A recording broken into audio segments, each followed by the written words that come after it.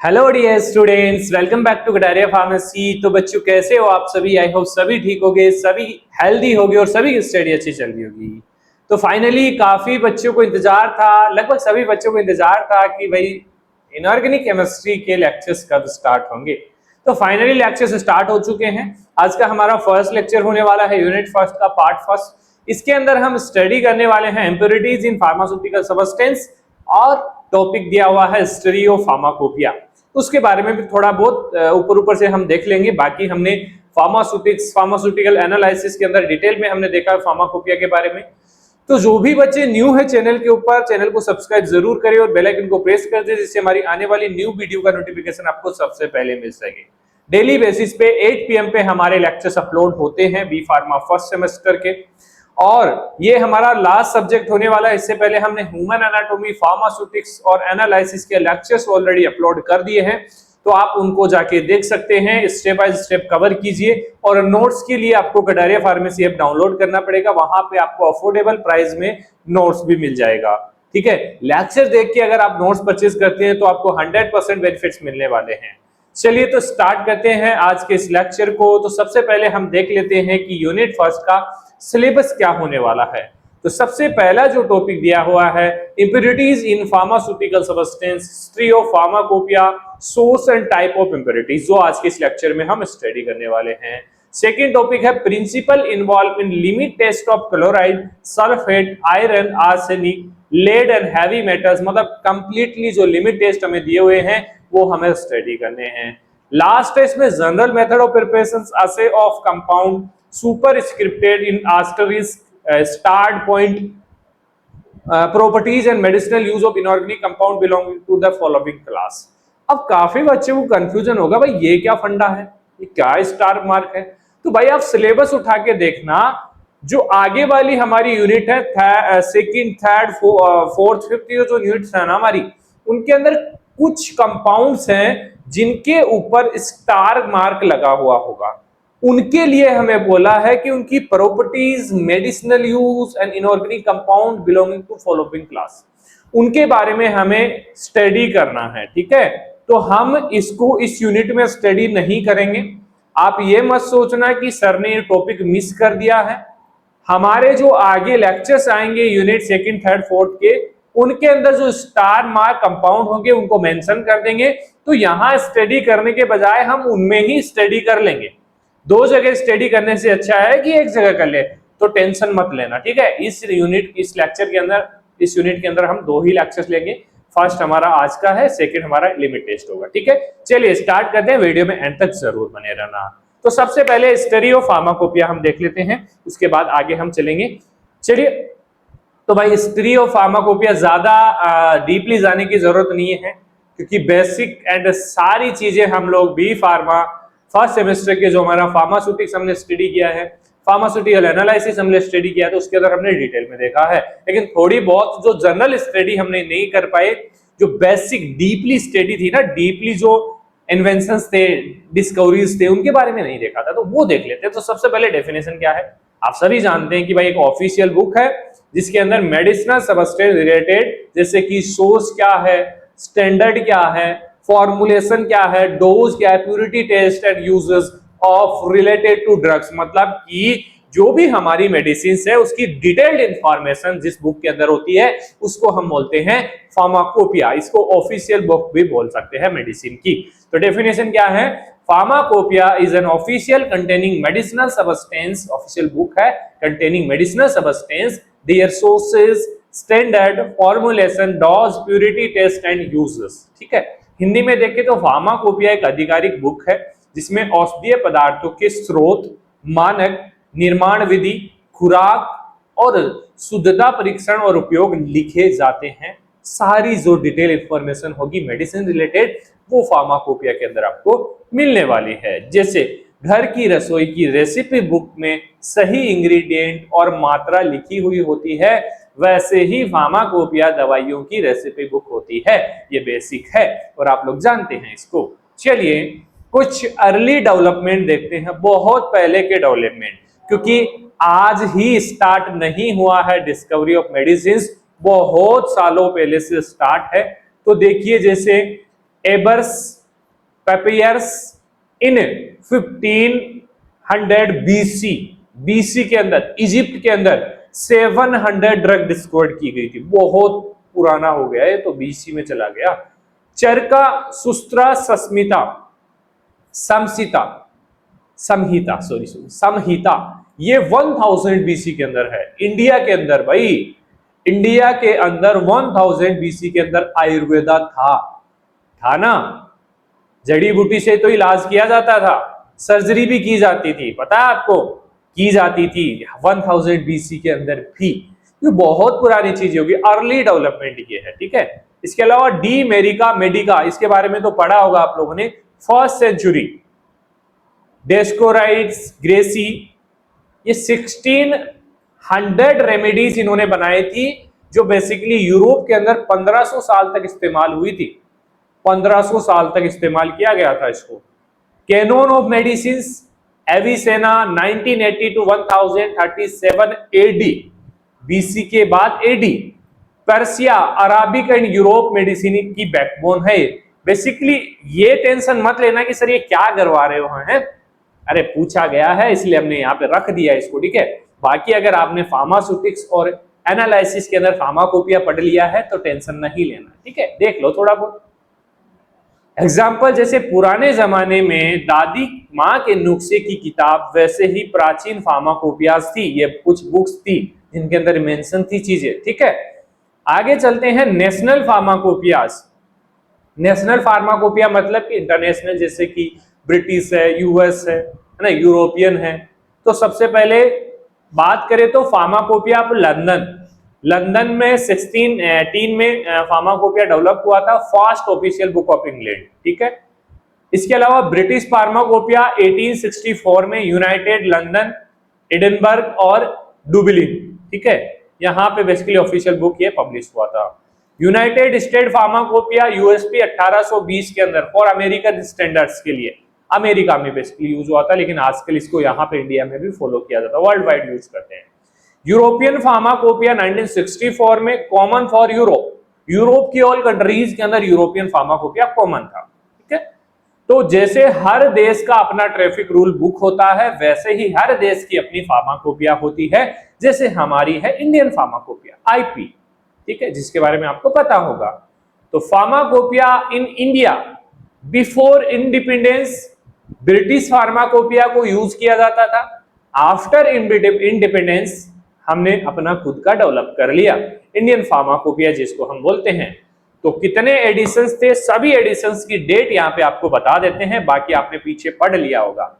1948 में कमेटी बनाई गई, फॉर्म अंडर डॉक्टर बीहन घोष, ये चेयरमैन थे जिनके अंडर एक कमेटी बनाई गई फार्माकोपिया के लिए। 1955 में फर्स्ट एडिशन ऑफ फार्माकोपिया आया। उसके बाद 1966 में सेकेंड एडिशन फार्माकोपिया आया। 1985 में थर्ड एडिशन आया जो 2 वॉल्यूम के अंदर देखने को मिला। 1996 में फोर्थ एडिशन ऑफ फार्माकोपिया आया। इसके अलावा 2007 के अंदर फिफ्थ एडिशन, बायोटेक इंक्लूड हुआ इसके अंदर। 2010 के अंदर 6th addition of Indian pharmacopoeia आया। 2014 के अंदर 7 है और 2018 के अंदर अडेंडम आया इसका 2014 का। 2022 के अंदर 9th एडिशन आया, ठीक है, ये 8th एडिशन का अडेंडम है, 8th एडिशन आया था। 9th एडिशन लेटेस्ट है, 4 वॉल्यूम के अंदर है, हर्बल प्लस वेटरनरी ड्रग को भी इसके अंदर ऐड किया गया है, ठीक है। लेटेस्ट एडिशन हमारा 2022 है, ठीक है। ये बेसिक चीजें हैं, ज्यादा टेंशन लेने की जरूरत नहीं है, ठीक है। Modern role of pharmacopoeia, ensure drug quality, हमारी भाई की जो भी हमने ड्रग बना रहे हैं उसकी क्वालिटी अच्छी होनी चाहिए, प्योर होनी चाहिए, सेफ्टी अच्छी होनी चाहिए, पेशेंट को कोई भी दिक्कत नहीं होनी चाहिए, गिव लीगल स्टैंडर्ड्स होने चाहिए and maintain uniformly world wide maintain होना चाहिए इसका रिकॉर्ड। ये दवाइयों की गुणवत्ता, शुद्धता, सुरक्षा सुनिश्चित करता है, कानूनी मानक देता है और दुनिया में भर में एकरूपता बनाए रखता है कि भाई इस स्टैंडर्ड पे हमारी मेडिसिन बनाई जा रही हैं, इसके अलावा कुछ यूज नहीं होता है, ठीक है। चलिए भाई अब बात करते हैं source of impurities in medicinal substance. बहुत इजी टॉपिक है और इंपॉर्टेंट भी है। यूनिट फर्स्ट से 2 ही क्वेश्चन बनते हैं, एक तो इंप्योरिटीज से, एक आपको कोई भी लिमिट टेस्ट दे देगा, उस लिमिट टेस्ट के बारे में लिखना, जैसे क्लोराइड है, आर्सेनिक है, ज्यादातर वही पूछे जाते हैं। तो इंप्योरिटीज का क्या मतलब है भाई? मान लीजिए कहां छोटी सी प्रोसेस हम आपको बताते हैं कि भाई कोई इंडस्ट्री है, मान लीजिए ये इंडस्ट्री है। अब यहां पे क्या है, दवाइयां बनाई जाती है, ठीक है। क्या बनाया जाता है? मेडिसिन बनाई जाती है। तो मेडिसिन बनाने के लिए पहले क्या चाहिए? रॉ मटेरियल चाहिए।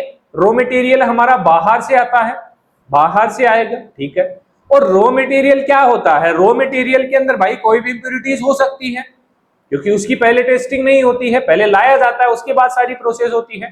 तो रॉ मटेरियल के अंदर कोई भी चीज हो सकती है। इंप्योरिटी क्या है? कोई भी मिलावट हो सकती है, कोई भी अनवांटेड सब्सटेंस जिसकी हमें जरूरत नहीं है, वो इंप्योरिटीज है। जैसे हम चाय बनाते हैं तो चाय पत्ती का रस हमें चाहिए, चाय पत्ती का एक्सट्रैक्ट हमें चाहिए, बाकी चाय पत्ती वेस्ट जो होता है उसको हम फेंक देते हैं। अगर वो उसके अंदर आ जाता है तो नीचे चाय छोड़ देते हैं ना, इसीलिए तो यहाँ पे भी यही फॉलो होता है। तो पहले आया बल्क मटेरियल, आया बल्क में रॉ मटेरियल आया हमारा, तो उसमें इंप्योरिटीज हो सकती है, ठीक है। उसके बाद हमने उसको चेक किया, उसके बाद उसकी मेडिसिन बनाई गई, टेबलेट बनाया गया, कैप्सूल बनाया गया, ठीक है। उस टेबलेट को हम बनाते हैं, प्रोडक्शन करते हैं, बेच बनाते हैं उसका, तो वहां पे भी कोई केमिकल इंप्योरिटीज हो जाए, केमिकल रिएक्शंस हो जाए, हो सकता है, तो ये भी एक इंप्योरिटी हो सकती है। उसके बाद हम बनाने के बाद उसको स्टोर करते हैं वेयर हाउस के अंदर, तो वेयर हाउस का टेम्परेचर क्या है, उसका स्टोरेज कंडीशंस क्या है, तो वो भी मेंटेन करनी है। वहां पे एनवायरनमेंट कैसा है, तो वहां पे भी इंप्योरिटीज होने के चांसेस हो सकते हैं। उसके अलावा उसको ट्रांसपोर्ट किया जा रहा है, तो ट्रांसपोर्टेशन में भी कोई ना कोई कंटामिनेशन हो सकता है। तो ये जो ही कंटामिनेशन होते हैं, जो अनयूजफुल होते हैं हमारी मेडिसिन के लिए, उनको हम बोलते हैं इंप्योरिटीज। तो क्या सोर्स होते हैं, कहां से इंप्योरिटीज आती हैं, किस किस टाइप की इंप्योरिटीज होती हैं, उन सभी के बारे में हमें स्टडी करना है। चलिए तो देख लेते हैं सबसे पहले source of impurities in medicinal substance. तो इंप्योरिटी क्या होता है भाई? Any unwanted chemical present in a drug, any unwanted chemical present in a drug, उसको हम क्या बोलते हैं? इंप्योरिटी बोलते हैं। ऑब्वियसली बेसिक चीज है, अशुद्धि है, किसी औषधि पदार्थ में उपस्थित कोई भी अनचाहा केमिकल हमारे लिए इंप्योरिटी होगा, ठीक है, ये बेसिक है। जैसे दूध में पानी मिल जाए तो वो एक तरीके से इंप्योरिटी है ना। प्योर दूध अगर बोला जाए तो प्योर दूध के अंदर थोड़ा सा भी पानी डाला जाएगा तो वो इंप्योर है, ठीक है। थोड़ी सी मिट्टी के कण डल गए तो भी इंप्योर है ना। चलिए अब बात करते हैं सोर्स ऑफ इंप्योरिटीज की। तो सोर्स की बात करें तो सोर्स क्या है कि कहां कहां से इंप्योरिटीज आ सकती हैं। सबसे पहला रॉ मटेरियल, भाई कोई भी मेडिसिन बनाने के लिए सबसे पहले रॉ मटेरियल की जरूरत पड़ती है, तो इसमें नेचुरल कंटामिनेंट्स होते हैं। मान लीजिए कोई प्लांट है, प्लांट के पार्ट्स है, लीफ है, रूट्स है, बार्क्स है, उनको हम लेके आते हैं मेडिसिन बनाने के लिए, तो उनके अंदर काफी इंप्योरिटीज होती हैं, बाद में उनको अलग किया जाता है। तो नेचुरल कंटामिनेंट्स हो सकते हैं, हैवी मेटल्स हो सकते हैं, लेड, जिंक, है ना, कैडमियम, ये हो सकता है। उसके बाद आता है मैन्युफैक्चरिंग प्रोसेस। मैन्युफैक्चरिंग में सॉल्वेंट किस टाइप का यूज कर रहे हैं, सॉल्वेंट में कंटामिनेशन हो सकता है। कैटलिस्ट जो यूज करते हैं रिएक्शन को कैटलाइज करवाने के लिए, उसमें कोई दिक्कत आ सकती है। बाय प्रोडक्ट में कोई दिक्कत आ सकती है, जैसे कि लेड फॉर्म कंटेनर, जैसे कंटेनर से लेड बन जाता है, कंटेनर से रिएक्शन करके लेड फॉर्म हो जाता है, तो वो प्रोडक्ट के अंदर आएगा तो इंप्योरिटी ही हो गया ना। लेड तो हार्मफुल होता है, डेंजरस होता है, पॉइजनस होता है, तो ये मैन्युफैक्चरिंग प्रोसेस होगी। स्टोरेज कंडीशंस भी हो सकती है, डिकम्पोजिशन बाय एयर, एनवायरमेंट कैसा है, मॉइस्चर कैसा है, लाइट कैसा है, वहां पे भी डिकम्पोज हो सकता है हमारा ड्रग। जैसे aspirin hydrolyse to salicylic acid, aspirin moisture की प्रेजेंस में सैलिसिलिक एसिड में हाइड्रोलाइज हो जाता है, तो ये एक तरीके से इंप्योरिटी हो गई ना, बिल्कुल सही है। हैंडलिंग एंड पैकेजिंग के टाइम भी हो सकता है, डस्ट आ सकती है। अल्कलाई लीचिंग फ्रॉम ग्लास बोतल, ग्लास क्या होता है, कुछ ड्रग्स ग्लास के साथ रिएक्शन करके उसको डिस्ट्रॉय करती है, उसको पिघला देती है, तो हल्का हल्का वो मिक्स हो जाएगा, उसको हम अल्कलाई लीचिंग ऑफ ग्लास बोल सकते हैं। तो ये भी एक इंप्योरिटी, सोर्स ऑफ इंप्योरिटी हो सकता है। जैसे अगर चाय सही ढंग से ना बनाई जाए तो पत्तियां, धूल या बर्तन की गंदगी मिल सकती है ना, और ऐसी चाय आप नहीं पीना पसंद करेंगे, ठीक है। तो वैसे ही ऐसी मेडिसिन हार्मफुल हो सकती है किसी भी पेशेंट के लिए, और ये सोर्स हो सकते हैं इंप्योरिटीज के, तो इनको इंप्रूव करना चाहिए जिससे इंप्योरिटीज कम होगी, ठीक है। बात करते हैं टाइप ऑफ इंप्योरिटीज, किस किस टाइप की इंप्योरिटीज हो सकती है। सबसे पहला organic. Organic basically starting material जो हमारा रॉ मटेरियल है उसके अंदर बाय प्रोडक्ट और डिग्रेडेशन की वजह से हो सकता है। सेकंड आता है इनऑर्गेनिक में मेटल्स आते हैं, जैसे एएस है, लेड है, कॉपर है, आयरन है, सल्फेटेड एस है, तो ये इनऑर्गेनिक इंप्योरिटीज हैं। रेजिडुअल सॉल्वेंट जैसे बेंजीन है, क्लोरोफॉर्म है, ये भी इंप्योरिटीज कर सकते हैं। फॉरिजन मैटर जैसे डस्ट है, ग्लास है, माइक्रोब्स है। मॉइस्चर की बात करें एब्जॉर्ब ड्यूरिंग स्टोरेज, जैसे अभी हमने एस्पिरिन का एग्जांपल दिया कि वो मॉइस्चर की प्रेजेंस में हाइड्रोलाइज हो जाते हैं सैलिसिलिक एसिड में, तो एब्जॉर्ब मॉइस्चर ड्यूरिंग स्टोरेज, ठीक है। तो these are the type of impurities, बाकी डिटेल में आपको नोट्स में देखने को मिलेगा, ठीक है। नोट्स के लिए आपको हमारा ऐप डाउनलोड करना पड़ेगा गडारिया फार्मेसी प्ले स्टोर से, और बेसिकली वहां पे आपको सैंपल्स भी देखने को मिलेंगे। आप जाएंगे फर्स्ट सेमेस्टर के अंदर तो आपको वहां पे परचेज करने से पहले सैंपल्स आप लोग देख सकते हैं, ठीक है। इफेक्ट ऑफ इंप्योरिटीज, क्या इफेक्ट हो सकता है? काफी डेंजरस इफेक्ट हो सकता है, क्योंकि भाई अब जैसे हमारी मेटल्स होती है वो पॉइजनस हो सकती है, जैसे टॉक्सिसिटी कोज कर सकती है। हैवी मेटल कोज पॉइजनिंग इन पेशेंट, पॉइजन की तरह काम करती है। रिड्यूस एक्टिविटी, ड्रग की जो एक्टिविटी होती है, इफेक्टिवनेस होता है, उसको कम कर देगा। ड्रग में लॉस इफेक्ट। इनस्टेबिलिटी, इनस्टेबल हो जाएगा। इंप्यूरिटी, एक्सेलरेट डीकंपोजिशन, कोई भी इंप्यूरिटी है वो डीकंपोज कर सकती है किसी भी ड्रग को, ठीक है। अनप्लीजेंट लुक और ऑर्डर, उसका ऑर्डर चेंज हो जाएगा, लुक जो दिखाई दे रही है वो चेंज हो जाएगा, है ना। टर्बिडिटी आ जाएगी। पेशेंट एक्सेप्टेबिलिटी लो, जिससे पेशेंट उसको एक्सेप्ट नहीं करेगा। मान लीजिए कोई क्लियर लिक्विड है, मान लो आप रोज वाटर यूज करते हैं, तो रोज वाटर बेसिकली क्लियर आता है, लेकिन उसके अंदर आपको धुंधला धुंधला कुछ दिखाई देने लग जाए और उसमें क्लियर दिखाई नहीं दे, तो आप यूज नहीं करेंगे आप उसको, क्योंकि आपको लगेगा ये तो खराब हो गया, ऑब्वियसली वो नहीं यूज करना चाहिए। उस टाइप की दिक्कत आ सकती है। लीगल इश्यूज आ सकते हैं। फेल फार्माकोपियल स्टैंडर्ड्स, फार्माकोपिया क्या बोलता है कि भाई जो भी मेडिसिन है वो स्टैंडर्ड को फॉलो कर रही है तो वो सेफ होगी, उसकी क्वालिटी अच्छी होगी, है ना। तो भाई यहाँ पे कंटामिनेशन होने के चांसेस तो होंगे ही नहीं, अगर हो गई तो भाई वो फार्माकोपियल स्टैंडर्ड से मैच नहीं कर रहा है, ठीक है। जैसे अगर सब्जी में कीड़ा निकल जाए तो इसको खाते नहीं है, फेंक दिया जाता है, ठीक है, वैसे ही मेडिसिन के साथ होता है, क्योंकि बहुत हार्मफुल हो सकती है। बात करें लिमिट टेस्ट की, लिमिट टेस्ट क्यों किया जाता है कि एक लिमिट होती है किसी भी चीज की, इस लिमिट तक वो चलेगा, अगर इस लिमिट से ऊपर चला गया तो दिक्कत हो जाएगी। जैसे हमारी बॉडी के अंदर होम्योस्टेसिस होता है, जैसे ब्लड शुगर बढ़ता है उसको कम करता है, ब्लड शुगर कम हो रहा है तो उसको बढ़ाता है। तो मतलब ब्लड शुगर जब तक मेंटेन है तब तक हमारा शरीर स्वस्थ है, हेल्दी है, लेकिन अगर ब्लड शुगर बढ़ा तो डायबिटीज होगा, होगा ना। तो उसके लिए हम टेस्ट करते हैं ब्लड ग्लूकोज टेस्ट, कि भाई जो ब्लड ग्लूकोज लेवल है वो लिमिट के अंदर है या नहीं, ऊपर जा रहा है या नीचे जा रहा है। तो वैसे ही हमारी मेडिसिन के अंदर लिमिट टेस्ट किया जाता है कि जो इंप्योरिटीज हैं वो ऊपर है या कम है ना। तो यह भी एक तरीके से सेफ्टी स्टैंडर्ड हो सकता है। तो limit test simple, qualitative, quality पता करना कि क्वालिटी, प्रोडक्ट की क्वालिटी कैसी है। क्वांटिटेटिव, जो इंप्योरिटीज प्रेजेंट है उसकी कितनी क्वांटिटी प्रेजेंट है। Design to identify and control small amount of impurities in drug, कि थोड़ी सी भी इंप्योरिटीज प्रेजेंट है या नहीं ड्रग के अंदर, उसको टेस्ट किया जाता है लिमिट टेस्ट की मदद से। तो लिमिट टेस्ट दवाइयों में थोड़ी मात्रा में अशुद्धियों की पहचान और नियंत्रण के लिए किया जाने वाला सरक टेस्ट होता है, ठीक है, समझ गए। एग्जाम्पल जो हम नेक्स्ट लेक्चर में स्टडी करेंगे, जो भी लिमिट टेस्ट हमारे सिलेबस में दिए हुए हैं, जैसे आर्सेनिक है, इसमें गैस जेट्स एपरेटस का यूज किया जाता है। लेड है, कलर कंपैरिजन किया जाता है विद स्टैंडर्ड सॉल्यूशन। आयरन है, इसमें थायोग्लाइकोलिक एसिड टेस्ट किया जाता है। क्लोराइड और सल्फेट लिमिट टेस्ट जो बेसिकली प्रिसिपिटेशन मेथड पे काम करता है। इनके बारे में नेक्स्ट लेक्चर में हम डिटेल में देखने वाले हैं। जैसे डॉक्टर शुगर टेस्ट सिर्फ देखता है कि शुगर का लिमिट अंदर ही है या नहीं, वैसे ही लिमिट टेस्ट इंप्योरिटीज को चेक करता है कि सेफ लिमिट में है या नहीं ड्रग के अंदर, ठीक है। चलिए कंट्रोल कैसे कर सकते हैं इंप्योरिटीज को भाई। फार्माकोपियल टेस्ट होगा, जैसे लिमिट टेस्ट होगा, एस वैल्यू टेस्ट होगा।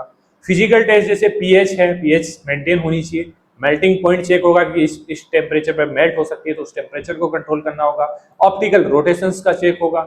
मॉडर्न एनालिटिकल मेथड चूज होंगे, जैसे कि हाई परफॉर्मेंस लिक्विड क्रोमेटोग्राफी है, गैस क्रोमेटोग्राफी है, यूवी विजिबल स्पेक्ट्रोस्कोपी है, आईआर स्पेक्ट्रोस्कोपी है, एनएमआर स्पेक्ट्रोस्कोपी है, मास स्पेक्ट्रोस्कोपी है। तो मॉडर्न एनालिटिकल टेक्निक है, इनके बारे में डीपली में नहीं जाना, इनको बी फार्मा 7 सेमेस्टर के अंदर हम स्टडी करने वाले हैं analysis, instrumental method of analysis के अंदर, ठीक है। ये बेसिक चीजें हैं, बाकी डिटेल में नोट्स चाहिए आपको तो ऐप डाउनलोड करना पड़ेगा, वहां आपको मिल जाएंगे। प्राइजेस आपको पहले से पता है 299 है, लेकिन ऑफर में ये प्राइस और भी कम हो जाता है। तो कटारिया फार्मेसी ऐप डाउनलोड कर सकते हैं प्ले स्टोर से। और भाई कोई भी डाउट हो आपका तो आप यहाँ पे व्हाट्सअप कर सकते हैं, कॉल कर सकते हैं। कॉल का टाइम 9 AM to 7 PM है, ठीक है। कोई भी दिक्कत हो, कोई भी इशू हो तो आप बेझिझक कमेंट कर सकते हैं और कॉल कर सकते हैं, मैसेज कर सकते हैं, ठीक है। चलिए मिलते हैं नेक्स्ट लेक्चर के अंदर। ज्यादा से ज्यादा इस लेक्चर को अपने दोस्तों तक शेयर करें, क्योंकि भाई फ्री ऑफ कॉस्ट लेक्चर्स चल रहे हैं। कम से कम नोट्स मत परचेज करो, लेकिन लेक्चर्स तो आपके लिए हेल्पफुल है ना। नोट्स तो अगर आपको लेक्चर्स अच्छे लग रहे हो तो नोट्स परचेज कर सकते हो, क्योंकि वहां और भी इंप्रूवमेंट देखने को मिलेगा। क्योंकि भाई लेक्चर्स से क्या है, लेक्चर्स सिर्फ समझाने के पॉइंट ऑफ व्यू से अच्छे हैं, लेकिन थ्योरी लिखनी पड़ेगी एग्जाम के अंदर, तो उसके लिए नोट्स भी जरूरी है, ठीक है। वो आप लोग डिसाइड कर सकते हैं, अच्छी तरीके से जानते हैं। तो चलिए मिलते हैं नेक्स्ट सेक्शन में। धन्यवाद।